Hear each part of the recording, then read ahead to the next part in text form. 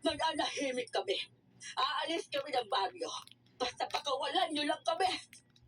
Felipe, dalhin sila sa gubat. Sa pribado kong lupa. Alalahin mo ko. Doon natin sila papatayin. Sige po, boss. Narinig niyo ang utos. Dalhin niyo na sila sa gubat. Isasama niyo ba si Marife? Oo, lahat sila. Papatayin ko silang lahat ngayong gabi. Mabuti nga. Makakahanap pa ako ng isang babaeng kapalit kay Marife.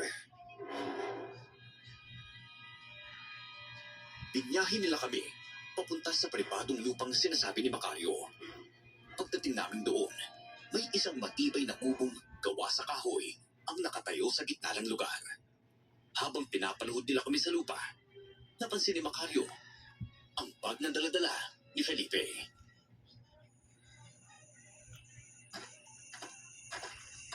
Ay, Felipe, ano bang laman ng bag mo, ha? May kanina ka ba hindi nag-iwalay dyan, ha? Oh, mahalagang bagay na po, boss. Wala na pa pong kakaiba. Patingin nga ako ng laman. Ay, boss, ayoko, ha! Bakit, Felipe? May tinatago ka ba sa loob ng bag mo? Ako? May tinatago